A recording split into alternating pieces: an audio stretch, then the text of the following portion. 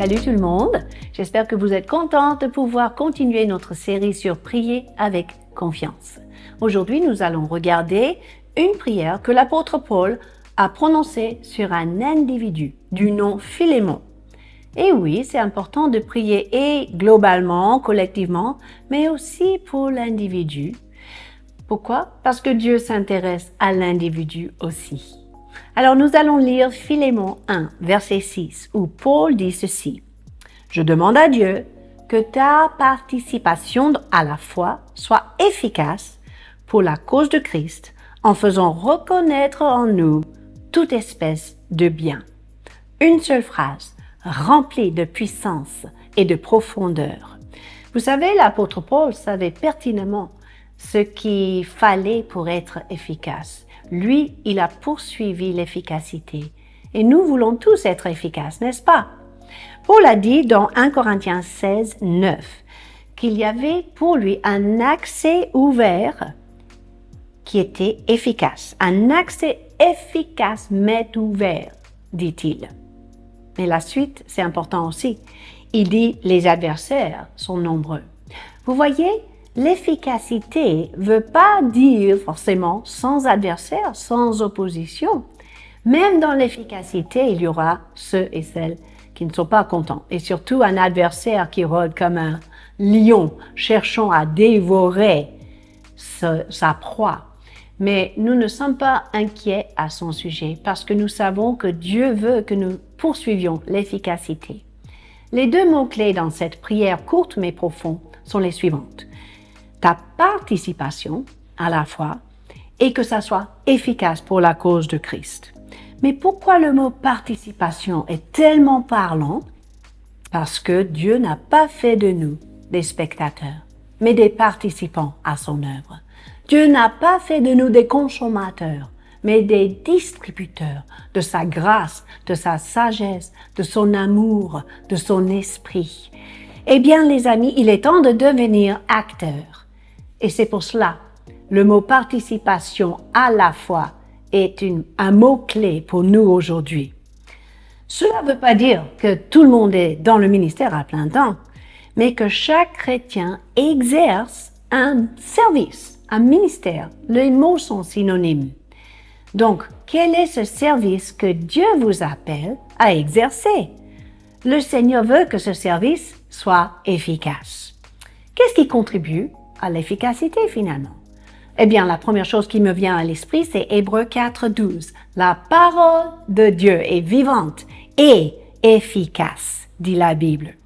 Plus tranchante qu'aucune épée à deux tranchants, elle est pénétrante jusqu'à l'âme et l'esprit et elle juge les sentiments et les pensées du cœur. Moi, j'ai envie de dire, Seigneur, que mon service pour toi soit efficace parce qu'il est basé sur ta parole. Ce que nous entendons, ce que nous recevons, ce que nous comprenons de sa part, ce que nous nous approprions pour être efficace dans le service. Le deuxième point se trouve dans Éphésiens 1, 19, que notre service soit alimenté par la force inépuisable de notre Dieu. Ce verset est aussi une prière qui exprime le désir de Dieu de nous révéler l'infinie grandeur de sa puissance, se manifestant avec efficacité par la vertu de sa force. Dieu veut manifester sa puissance avec efficacité. L'autre verset qui me vient à l'esprit quand on parle d'être efficace, c'est Jacques 5, 16. La prière fervente du juste a une grande efficace. J'ai envie de dire que notre service soit saturé de prière. Une prière qui n'est pas banale, qui n'est pas routine, non, mais une prière fervente et dynamique et ardente et enthousiaste et même passionnée. Vous savez, prier avec ferveur, avec sagesse, c'est une manière d'aiguiser nos armes spirituelles aussi. Ecclésiaste 10, 10 parle de cette hache qui est plus efficace quand elle est bien aiguisée. Sinon, celui qui la porte est obligé d'utiliser le double force. Alors, notre objectif, mes amis, dans le service, dans l'intercession, dans l'évangélisation, et d'être efficaces.